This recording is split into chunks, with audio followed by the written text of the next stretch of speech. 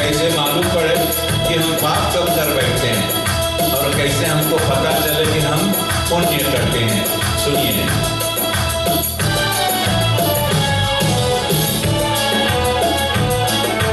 पाप वही जिससे दुख बढ़ता, पाप वही जिससे दुख बढ़ता, मर्यादा को तोड़ दिया।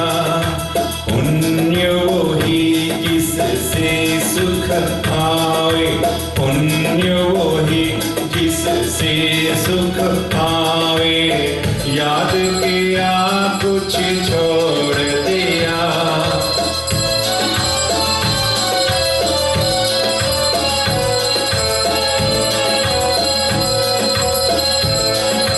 पाप वही जिससे दुख बढ़ता, मर्यादा को तोड़ दिया। पुण्य वही जिससे सुख पावे, याद किया कुछ छोड़ दिया।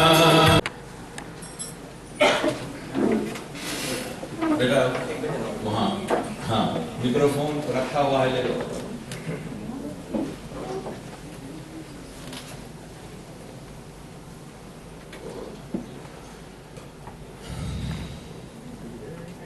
हाँ वहाँ जिसका टांग यहाँ रखा हुआ है। मित्रों, कभी कभी हम बोलते हैं जैसे भगवान मांगत है वैसे ही होवत है। भगवान कुछ ना करत है, न दे न ले, तुम्हें स्वतंत्र बुद्धि दी है, जैसा करेगा वैसा ही तू बोया। गोरे में बोलते हैं दरे ईश्वर फाए तू कौन बेज़रफ, जो तू बोएगा वही काटेगा। है नींबू के पेड़ बोइयो तो कैसे आम पाइयो, है नींबू मिली, हो सकता है वाला कोको का पेड़ मिल जाए कांटा वाला, है मगर फूल ना ही मिलेगा। तो चलो हम सुनाते हैं आपको। बेटा एक, हाँ उस तरफ, एक मिनट सॉरी बेटा।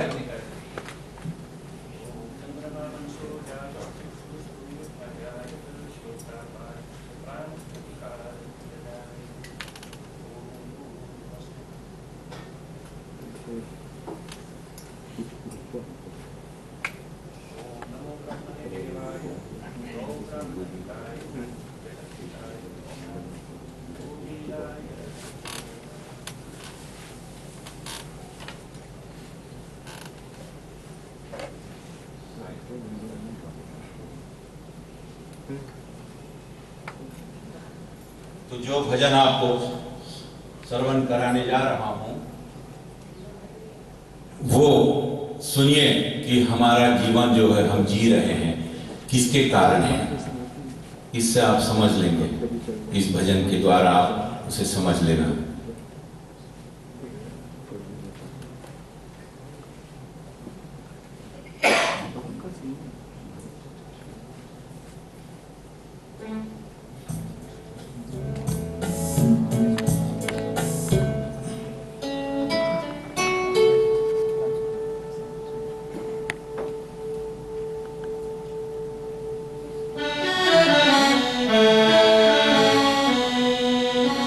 ये भजन मेरे सीडी पर है।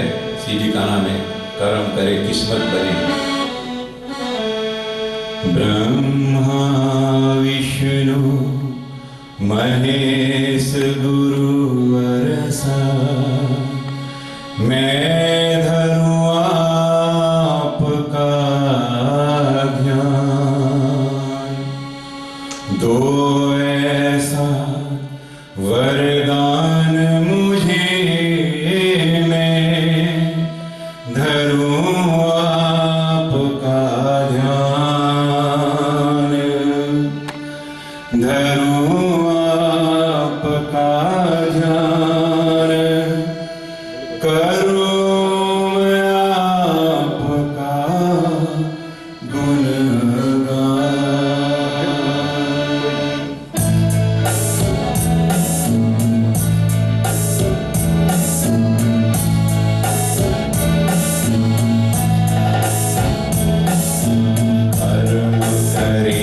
किस्मत बनी,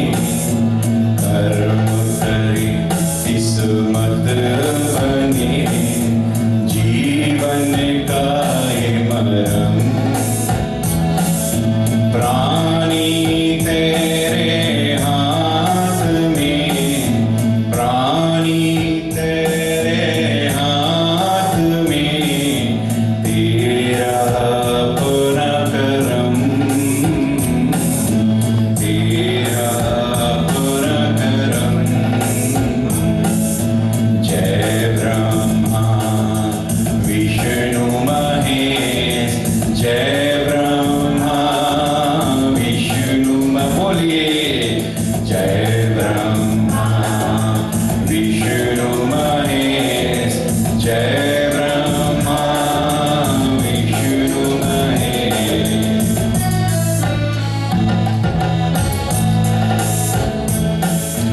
धर्म जगे तो सुख जगे, हर्षित पुलकित होए। धर्म छूटे तो सब छूटे, आकुल व्याकुल होए, आकुल व्याकुल होए। कर्म कहो किस्मत कहो, चाहे कहो तकदीर। पहले बना प्रारब्ध और पाछे बना शरीर रे, पाछे बना शरीर। कुदरत का कानून है, सब पर लागू होए। मैला मन दुखिया रहे, निर्मल दुखिया निर्मल सुखिया होए रे, निर्मल सुखिया होए। धर्म सदा मंगल करे, धर्म करे कल्याण। धर्म सदा रक्षा करे, धर्म बड़ा बलवान। कर्म की गठरी लाद के, जग में फिरे इंसान। जैसा करे वैसा भरे, जैसा करे वैसा भरे। विधि करे विधान रे, विधि करे विधान। कर्म करे किस्मत बने। ध्यान करना प्राणी, यही है सच्चाई जीवन की। कर्म करे किस्मत बने, जीवन का ये मरम। प्राणी तेरे हाथ में, प्राणी तेरे हाथ में।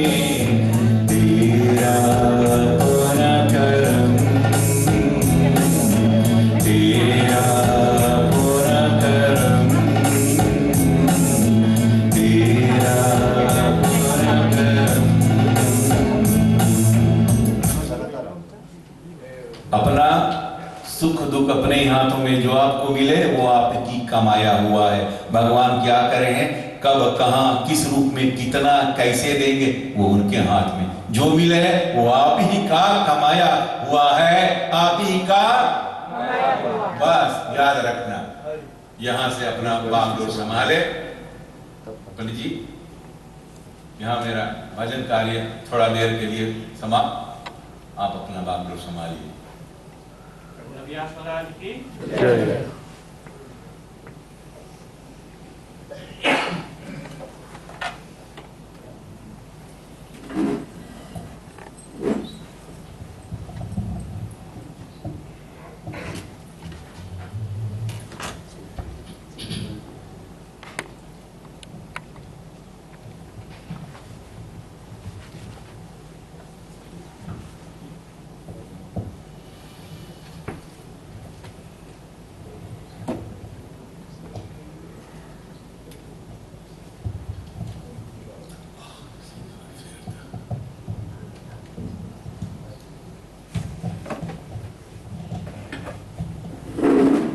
छोटा है बेटा और लंबा होना चाहिए, कर देते हैं।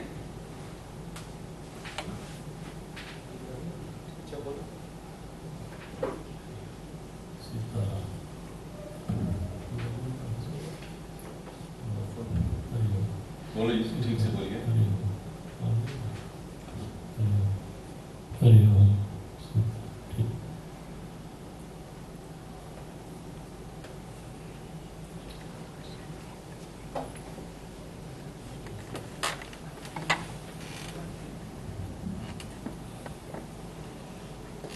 स्वस्ति प्रजाभ्यः परिपालयन्ताम् न्यायेन मार्गेण महिषाः गोब्राह्मणेभ्यः शुभमस्तु नित्यम् लोकाः समस्ताः सुखिनो भवन्तु। विघ्नं हरन्तु हेरम्बचरणाम्बुजरेणव देवेन्द्रमौलिमन्दार मकरन्दकणाः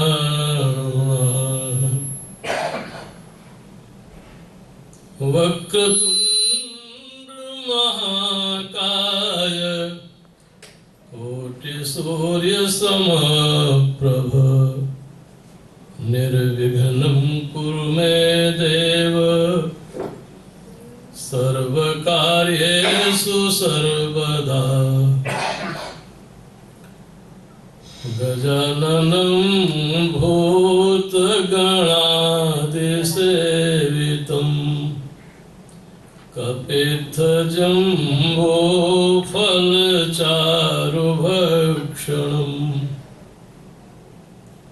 उमासुतं शोकविनाशकारकम् नमामि विघ्नेश्वर पादपङ्कजम्। अखण्डमण्डलाकारं व्याप्तं येन चराचरं तत्पदं दर्शितं येन तस्मै श्री गुरवे नमः। तस्मै श्री गुरवे नमः। तस्मै श्री गुरवे नमः।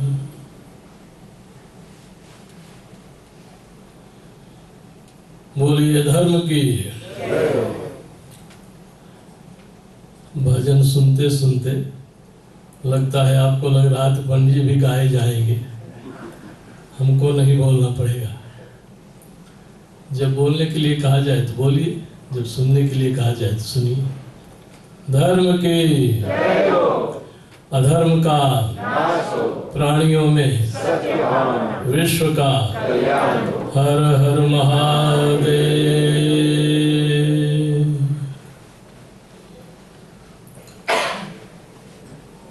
आज की इस धार्मिक सभा को पूजा पाठ कर्मकांड की विधि को संपन्न करने वाले पंडित जी, पुजारी जी, सभा में उपस्थित आपके देश के प्रसिद्ध विद्वान कर्मकांड भूषण पंडित श्री जयनंदन जयराम तिवारी जी, आज के मुख्य यजमान, सभा की शोभा को बढ़ा रहे हुए वयोवृद्ध और ज्ञान वृद्ध पंडित श्री मुकुट जी, भगवान के चरण कमलों में आस्था विश्वास रखने वाले परम धार्मिक कर्मठ कर्मवीर श्रोता सज्जन वृंद, दूर नजदीक से पधारे हुए सभी धार्मिक महानुभाव,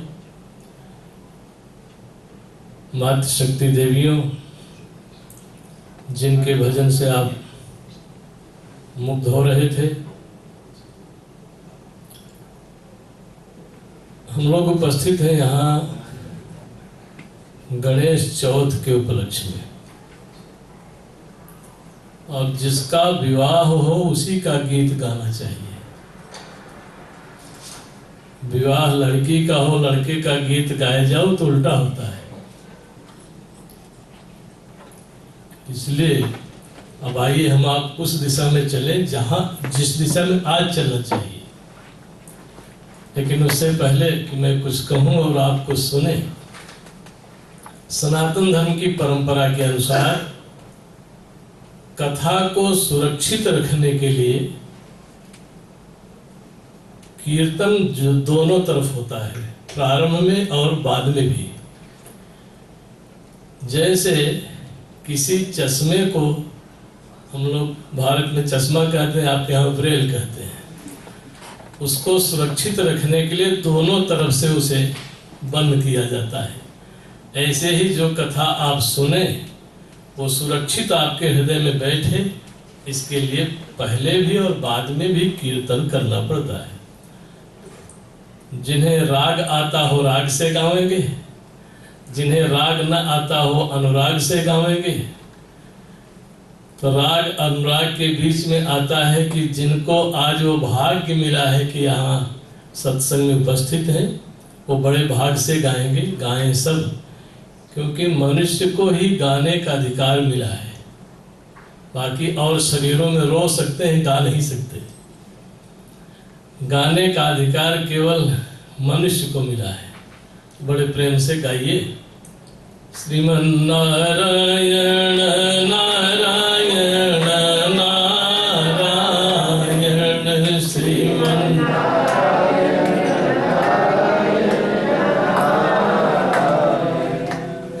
इसमें कोई दो राय नहीं कि आप बोल रहे हैं, लेकिन जैसे बोलना चाहिए अभी कुछ शिकायत उसमें है। घटना तो भारत की है, लेकिन जो लोग न्यूज़पेपर पढ़ते या सुनते हैं उन सब लोगों को मालूम है, पुराने लोगों को, कि दुनिया का एक सबसे बड़ा आंदोलन भारत में हुआ है। और वो अब से लगभग 45 वर्ष पहले हुआ है, जिसे 1969 कहते हैं हिंदी भाषा में। 70 से एक पहले उतना बड़ा आंदोलन अभी धरती पर नहीं हुआ है। वो हुआ था गौ को बचाने के लिए, गौ रक्षा के लिए आंदोलन हुआ था। उसमें जगत गुरु शंकराचार्य, पूज्यपाद प्रभुदत्त ब्रह्मचारी जी, संत विनोबा भावे जी, भारत के गृह राज्य मंत्री गुलजारी लाल नंदा, ये सब लोग थे उसमें। और चारों जगत गुरुओं के जो गुरु थे वो धर्म सम्राट स्वामी करपाती जी महाराज भी थे उसमें। और बहुत से ऐसे महात्मा थे, विद्वान थे, जिन्होंने बिना पानी पिए, बिना भोजन किए 70 और 72 दिन तक वो आंदोलन चलाया था, फिर भी सफलता नहीं मिली। कारण क्या था? उस समय हम नए नए रंगरूट निकले थे कथा कहने के लिए, इसलिए वो मालूम है घटना। क्योंकि जब धर्म सम्राट स्वामी करपाती जी बोल रहे थे उस विषय में, तो जगत गुरु लोग नहीं बोल रहे थे। और जब जगत गुरु जी बोलने लगे तो प्रभुदत्त ब्रह्मचारी नहीं बोले। जब प्रभुदत्त ब्रह्मचारी जी बोलने लगे तो संत विनोबा भावे नहीं बोले।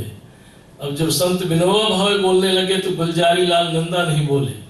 बोले तो सब, लेकिन एक साथ नहीं बोले और उसमें सफलता नहीं मिली। ये बहुत बड़ी एक शिक्षा है हम लोगों के लिए। कभी कभी हम लोग भी सफल नहीं हो पाते, इसलिए कि एक साथ बोल नहीं पाते, एक साथ बैठ नहीं पाते। जो व्यक्ति एक साथ बैठ नहीं सकता, एक साथ बोल नहीं सकता, वो और किसी काम में सफल नहीं होगा। इसलिए कम से कम बोलिए तो, श्रीमन नारायण नारायण नारायण श्रीमन नारायण श्रीमन नारायण नारायण नारायण श्रीमन श्रीमन नारायण नारायण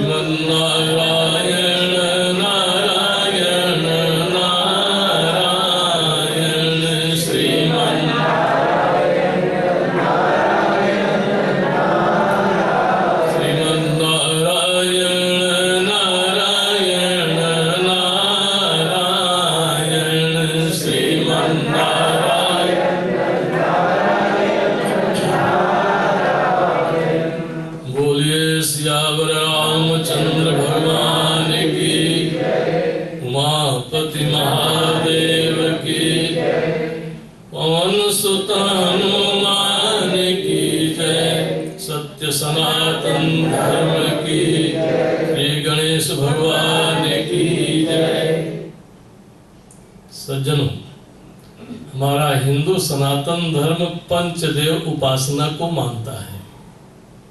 वैसे तो देवता बहुत हैं, लेकिन 5 देवता मुख्य हैं जिनकी पूजा होती है पूरे हिंदू समाज में। वो कौन कौन है?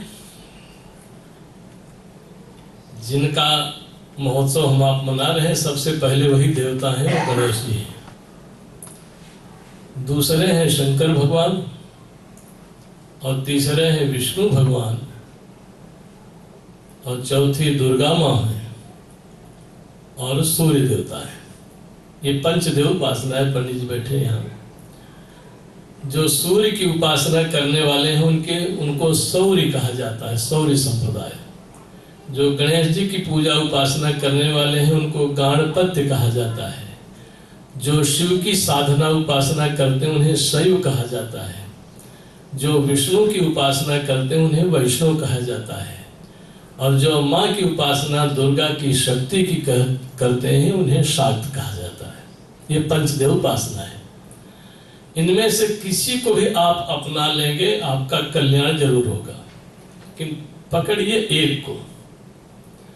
भूल तब हो जाती है जब हम कुछ दिन तो गणेश जी को पकड़ लेते हैं और महीना 2 महीना के बाद शंकर जी की हाजिरी लगाने लगते हैं, और कुछ टाइम बीता तो विष्णु भगवान के पास पहुंच गए।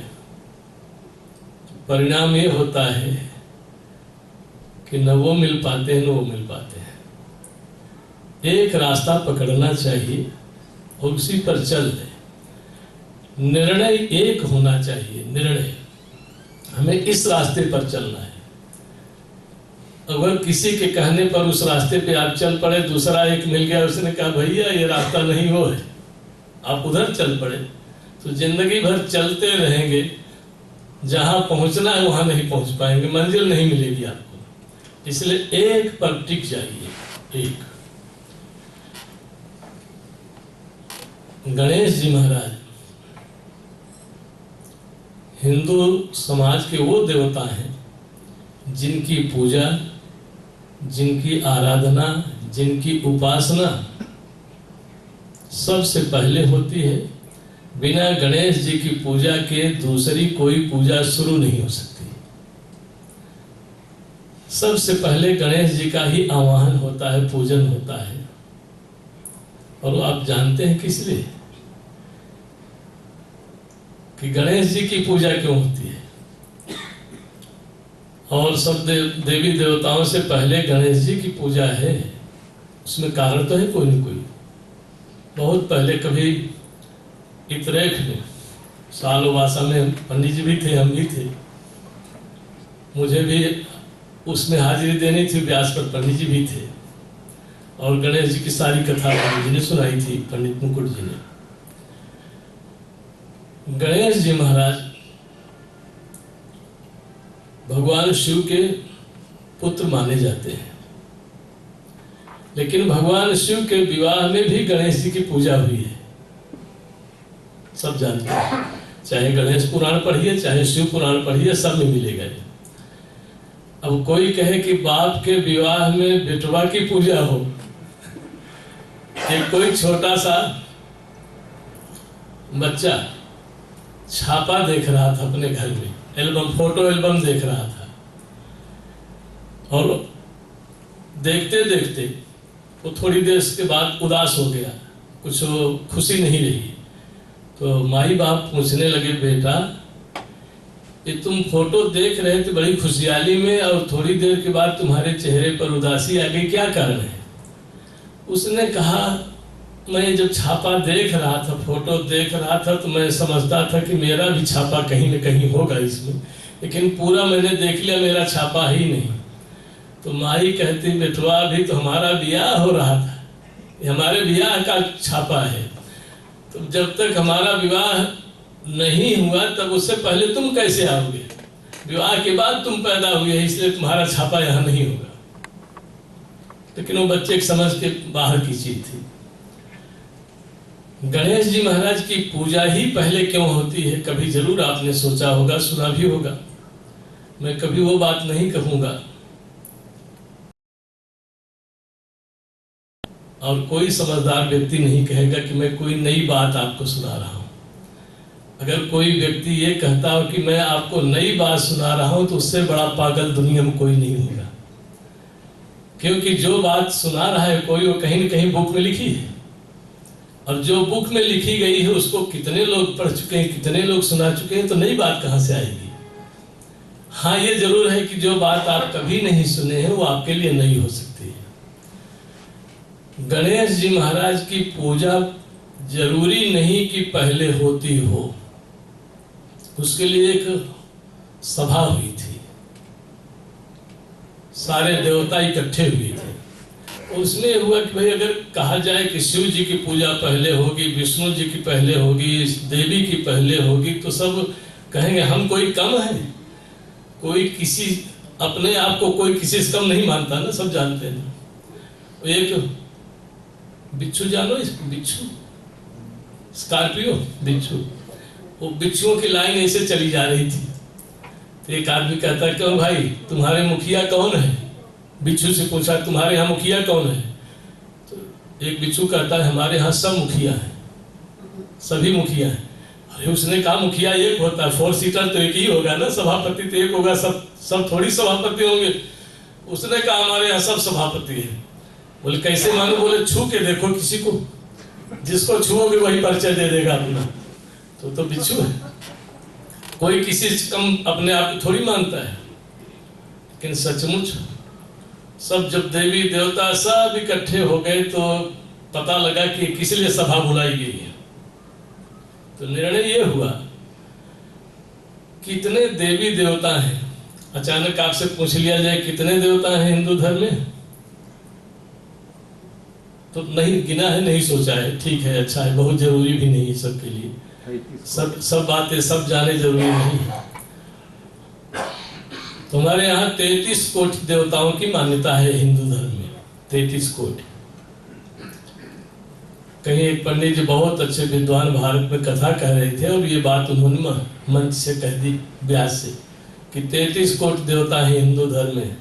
तो एक 22 साल का नौजवान उठ के खड़ा हुआ, कहा पंडित जी गिनती कराओ, पहले गिनती करा दो, 33 कोटि देवता है। तो पंडित जी विद्वान भी थे, अनुभवी भी थे, उन्होंने कहा बेटा सब लोग कथा सुन रहे हैं, सुनने दो, बाद में गिनती करा दूंगा। तो नौजवान जवानी का जोश कुछ और होता है, वो ये जानता था पंडित जी गिनती तो करा नहीं पाएंगे, खाली बोल दिए हैं, अगर मैं पूछूंगा बार बार तो बता नहीं पाएंगे तो बेइज्जती होगी। कई लोग तो इसी को तैयार रहते हैं कि किसी की बेइज्जती हो। पंडित जी ने बहुत समझाया लेकिन वो लड़का न माने। पंडित जी ने लोगों से कहा, सभी श्रोताओं से, भैया आप 5 मिनट का समय हमको दे दो, जरा हम इस नौजवान को गिनती करा दें, तब आते कथा सुनाएंगे। जैसे आपका ये है ना शाल, तो भारत में बड़े बड़े टेंट लगते हैं, टेंटी लग रही थी और रात का समय था। तो नौजवान से कहा पंडित ने, चलो भैया तुम्हें गिनती कराऊं। अब वो जो लड़का था ना, था तो 20-22 साल का, लेकिन एकदम सिंकिया पहलवान था और पंडित जी हृष्ट पुष्ट तंदुरुस्त थे। लड़का घबराया कि पंडित जी बाहर ले जा रहे हैं, पता नहीं क्या हाल होगा हमारा। बोले अच्छा पंडित रहने दो। बोले ना बेटा, अब पहले हम तुम्हें गिनती करा के बाद में कथा सुनाएंगे। उसने कहा नहीं पंडित जी। पंडित जी ने कहा विश्वास करो बेटा, हाथापाई नहीं करेगा, मारपीट नहीं होगी, गिनती करा के लौटाऊंगा।